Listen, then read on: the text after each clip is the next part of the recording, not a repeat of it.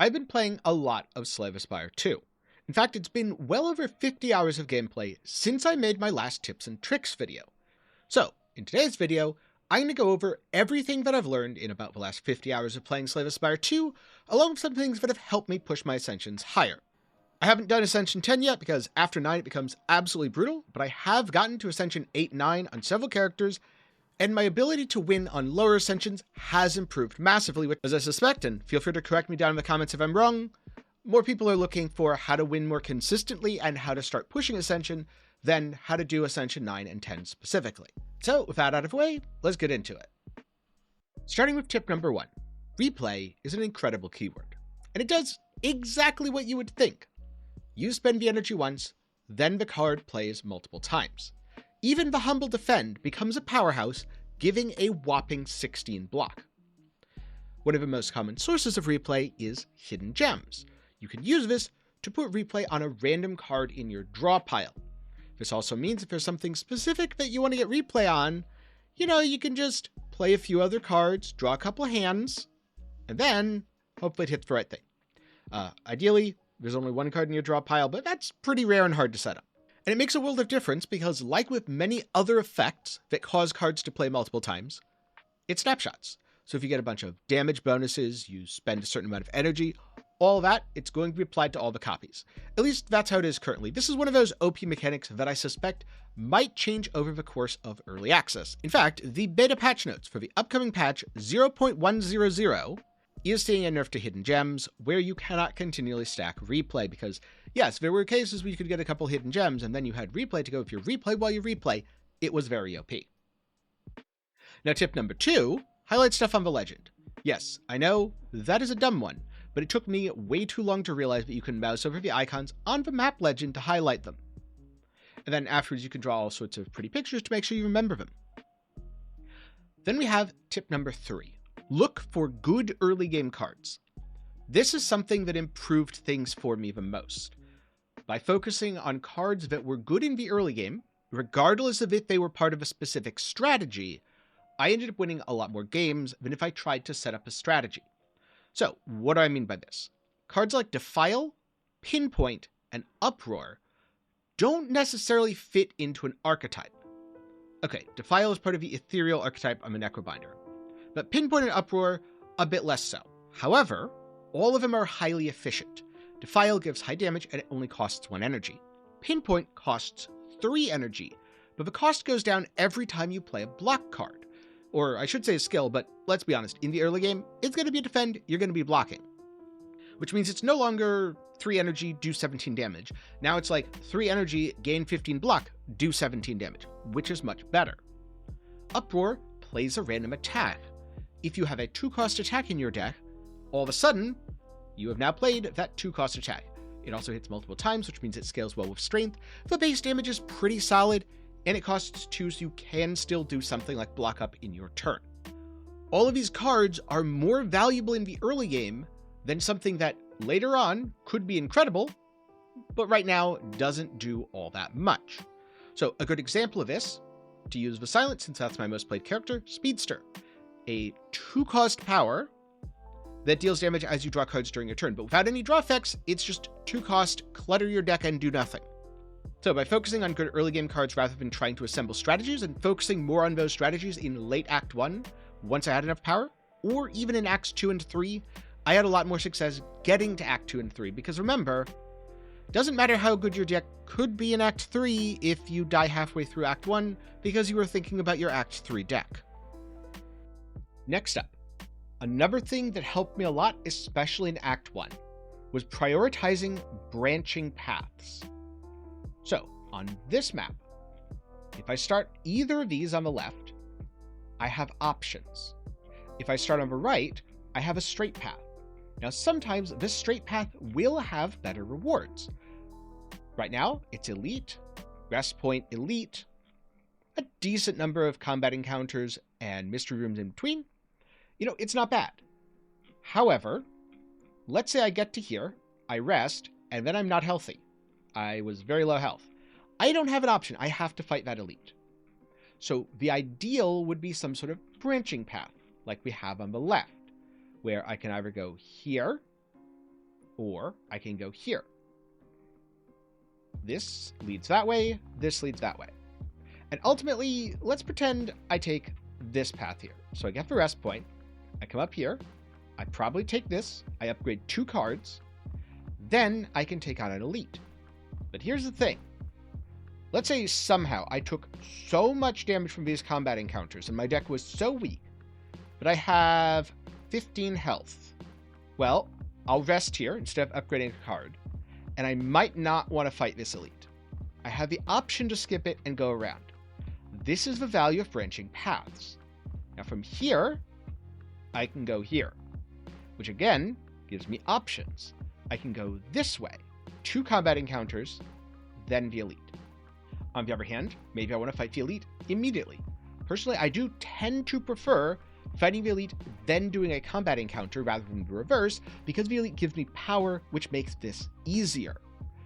If my deck is already pretty strong, these aren't going to have a meaningful impact on it. But again, if my health is really low, I can go here and skip the elite entirely. I will be weaker for the rest of the run. I'm not getting the extra relic, but I would have. But I'm also alive. And depending, that can be worth it. I've especially found that in Act 3, if I'm not feeling super confident against the Act 3 elites, but I know what the boss is, and I know I can beat the boss, I will absolutely skip them because I know I don't need more power. Now in this case, unfortunately the only shop is really early. So I could totally see an argument being made for going with this path for the middle portion. It's still pretty good, but it doesn't give you options. You are locked into it. This path, actually, also really good. You have rest point into elite, rest point into elite. So 2 rest points, 2 elites. Plenty of opportunities to heal, plenty of relics, plenty of card upgrades. You even get a shop at the end. However, it is riskier because once I step here, I am committed to this path. If I get here and I'm too weak to fight the elite, too bad, I am fighting that elite. So whenever possible, prioritize paths that give you options. In this case, this is what I do. I'd probably start here, hit the early shop, head all the way up, hopefully take on this elite, skip it if I can't, hopefully take on one of these elites, skip them if I can. Tip number 5, when you enter the shop, don't just look at the relics. You can also buy potions and cards, and you absolutely should, especially in the early game. Look at the discounted cards. Look at cards that might synergize with what you have, and take a look at the colorless cards, because some of them are very strong. More about that shortly. The thing about Slay the Spire is, it's rarely the case where you go from full health to dead in the course of one fight. This does happen if you've severely misjudged, but in most cases, you're going to die of attrition. The first fight, you go from 70 health to 50. The second, from 50 to 30. The third, that might be where you die because you had 30 health. If you had used a potion to do something like block an enemy attack, all of a sudden, you go from 30 health to 40 health. You might survive that encounter at 40 health, getting you to the next rest site, where you can continue to progress. If you had done a fire potion, killed an enemy, you might progress. If you had grabbed an explosive potion, you might have killed that phantasmal gardener that ended up killing you because you didn't quite have the damage. And by the way, in general, bonus tip, AoE cards are good. Especially in the early game, they counter things like Deca Millipede and Phantasmal Gardener, which are otherwise very annoying. And as a bonus tip, if a shop is coming up soon and you get the option to take foul potions, take them, then throw them all at a merchant. It's a good way to get extra gold. And then you probably can actually afford one of the relics. Tip number 6, colorless cards are awesome. This is something that I slept on in my early runs, and I'm not sure why, because colorless cards rocked in the original Slay the Spire 2. And there's a few sources of colorless cards, but I'm going to go back to the shop here, because the shop's where you're going to be seeing them the most. And you're also going to be seeing that they are, in some cases, quite pricey. They might cost almost as much as a relic. Thing is, if you pick up a Thrumming Hatchet early, it can carry your deck all the way through Act 1. Relics are nice. Some relics are build-defining, but most relics won't carry you through Act 1 just all on their own. They need other cards to form a synergy. Thrumming Hatchet, you take it, you upgrade it. Congratulations, every turn, you can now go, bam, I'm hitting you in the face for 14 damage. There's nothing you can do about it, because that axe, it's coming right back to my hand, and I'm throwing it again next turn. Because colorless cards are so cool, I'm actually considering making a video on colorless cards and how cool they are. If you want to see that, get subscribed. Also, let me know down below, first of all, that you want to see it, and also some of your favorite colorless cards. Some of mine, Prolong. It's free block next turn. Golden Axe. Enchantment of Corruption for huge bonks. It is a 1-cost murder, which is insane because murder's a 3-cost. Okay, not exactly the same, but kind of sort of. I'm going to go with it. Alchemize. Potions are good. Who needs to buy potions from a shop when you can just buy a free potion creator? Dramatic Entrance. It's AoE, which helps a lot in the early game, and it's innate, so you always have it, and it's 0 cost. Excellent card. Also, Fasten. +5 block from defense. As a power, this is really good. It's basically double block for most defend cards, unless you have dexterity and all that other stuff. So those are some of my favorites, but there's a lot of other cool stuff, and I might get into it in a future video. For tip number 7, I don't think this is an objective thing. I don't think this is going to work for everyone, but for me personally, it helped a lot to stick to one character, because it's a lot easier to learn the sort of combos that each character has, their tools that are available, when I'm just playing that character. Now, the part that does apply to everyone, don't try to force an archetype. Poison Silent is great, but you just gotta be cool, man. Keep your mind open to the possibilities. Maybe you play Poison. Maybe you start Draw Discard, and then later get a Corrosive Wave, which turns your Draw Discard into Poison.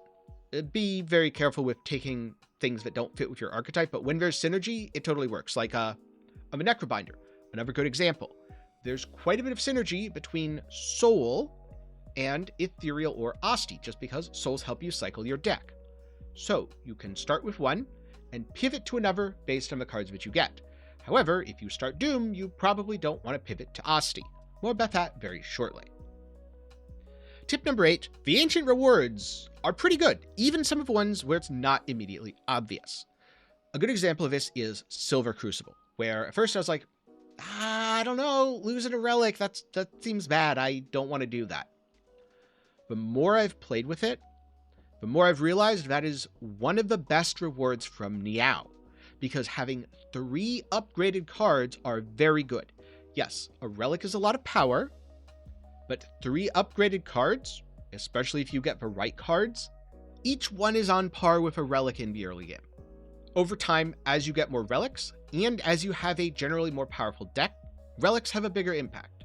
But early on, when you only have a few cards, you're going to be drawing the upgraded ones a lot, and you don't really have any other relics to synergize with, it is very strong to have upgraded cards. Similarly, Vaku is a bit contentious, to say the least. I've seen a lot of people talking online, not a fan of Vaku. And at first, when I started playing, I was right there with you. I was like, this guy sucks. He always makes me accept things that are shitty. But when I started actually accepting some of them, I realized that in most cases, they're actually pretty awesome. A good example of this is taking on Wishes and Curses. Yes, the 2 curses bloat your deck. Some of them are very bad. Some of them, you want to get those out of there ASAP. But here's the big but. The big vacuum-sized but. 3 miracles are insane, because now you can dig through your deck and get the best card, the thing that you want, and play it way more consistently. Just shuffled your deck, have a miracle in your hand, congratulations, that is the best card in your deck. And as I've played more with him, I've had similar experiences with a lot of things. Yes, the downsides can be problematic, especially if he plays your first turn for you. I would personally like to see his AI improve just a little bit with that one. But aside of that one, I've had very good experiences taking ancient rewards that have some downside in addition to their upside. Now, tip number 9, smaller is still better when it comes to deck size. I talked about this in my previous tips and tricks, but here I want to reiterate it because that time I was talking more about passing on card rewards so your deck is naturally smaller, or removing cards permanently using things like shops and events. This time I want to talk about temporary thinning. So this could be an example of the minion/minion sacrifice archetype on the Regent. We take a card that transforms other cards in your deck, such as strikes and defends, Maybe an early game card that's kicking around that was really good in Act 1, but isn't so good in Act 3. And it turns them into something that is useful right now, a colorless 1 or 0 cost minion card that exhausts itself. Meaning, for the rest of combat, that less useful card is completely gone from your deck. Another example of this would be the exhaust archetype on the Ironclad. Basically, anything that says transform X card into Y or exhaust X card from your deck can be used to slim things down and really focus in on your best cards to play them as much as possible. This is also how a lot of the infinite combos work, where you want to thin stuff out as much as you can and then always play the best stuff, to the point where sometimes you just keep playing and playing and playing, and then the boss dies in a single turn. Then, last but not least, tip number 10, save quit to learn. I suspect this tip's going to be a bit controversial, but hear me out. Even if you're a purist, hear me out here. You can always quit back to menu rather than giving up. If you do, the current encounter restarts. There are some exceptions. If you've already finished the encounter, such as if you just died, if you just beat the boss, doesn't restart. But, provided you are still mid-encounter, it restarts because that is not saved. And this is a really valuable learning tool. I'm not saying just because you lost, you should restart every time. Just because you lost health, you should restart every time. But if you're on a boss and you play a card and you're like, oh shit, I just did something really stupid, you can save quit, you can restart. All of the events will happen in the same order, provided you do the same things, because this is a fixed seed game. Once the seed is set at the start of a run, everything's sort of deterministic from there. The only time events will change is based on your actions. So if you make one big mistake, you can go back, play the same for the earlier turns, then fix it when it comes. Another thing you can do here, which personally I find very valuable, if a fight, especially a boss, isn't going that well, I can explore other lines of play. Like, maybe early on, I used an attack that exhausts, that's really powerful, and I thought, I won't need it later. It'll be fine. Yeah, Phase 2 is more dangerous than Phase 1, but I won't need it. I'll have plenty of damage for Phase 2. And then I don't. What happens if I keep that card in my deck? When is it drawn? Maybe one time I decide to just draw a bunch of extra cards at the end of my turn with excess energy. This cycles through my deck. Maybe that puts me in a bad spot in 3 turns. Couldn't have known it at the time, but with hindsight, because I got in trouble because I was put in a fail state, if I restart and I don't draw, do I end up with a winning hand? Also, what happens if I just set up for a really big turn and try to play everything perfectly? What happens if I aggressively attack the boss versus targeting a minion? I really like being able to restart so that I can experiment in different ways, try different lines of play, and learn more about the game. More so than any of the other tips that I have discussed thus far, this has been the thing that has helped me improve the most. And I got the idea for this because of Monster Train. Because in Monster Train, there is just a restart button. So if you do something and you're like, oh fuck, that was so stupid, you can just press the restart button and try again. This does sort of go against the concept of a roguelike, that you're supposed to live with your mistakes and progress. And I do totally get that if you want to limit yourself and say, no, I will live with my mistakes, totally okay. But again, I have learned way more from not doing that than I ever would have if I forced myself to live with my mistakes. And now that I have learned more, not only do I make less mistakes, so I restart less, but I also enjoy the game more. And so, in terms of myself, I don't regret it, not even a little bit. And so, those are my 10 advanced tips and tricks for Slay the Spire 2 after playing the early access for close to 100 hours. I'm sure if I do this video again at 300 hours or at 1,000 hours or after 1.0, which there's a very good chance that I will be doing this video again in the future, I'll have learned more things and I'll think differently about stuff. So far, nothing that I've experienced in the past time since I made my first video has outright contradicted what I was saying then. I still stand by everything, but who knows with more experience how I'll feel in the future. And so that's why I need your help. What are some of the tips and tricks that you've learned, either things that are character specific or things that are much broader, that helped you win more runs? Please do let me know down in the comments below. Also, if you're looking for some more character specific tips, I have a silent guide that goes over decks, archetypes, early game play, everything that helped me win far more consistently on that character, which is where I was able to push all the way up to Ascension 9. That's up in my card right now, also down below. And again, if you want to see more stuff like this, whether it is for Slay the Spire 2 or my thoughts on other games, get subscribed. Also, you can check out my Steam Curator page. I have all sorts of short reviews over there. And if you want to support the channel, see more videos like this, make sure they happen, then you can head over to my Patreon. I have some newsletter stuff, and also there's options to directly support me. But that's going to be it for me today. If you found this helpful, don't forget to leave a like. It really helps out with the YouTube algorithm. Thanks again for watching to the end, and I'll see you in the next one.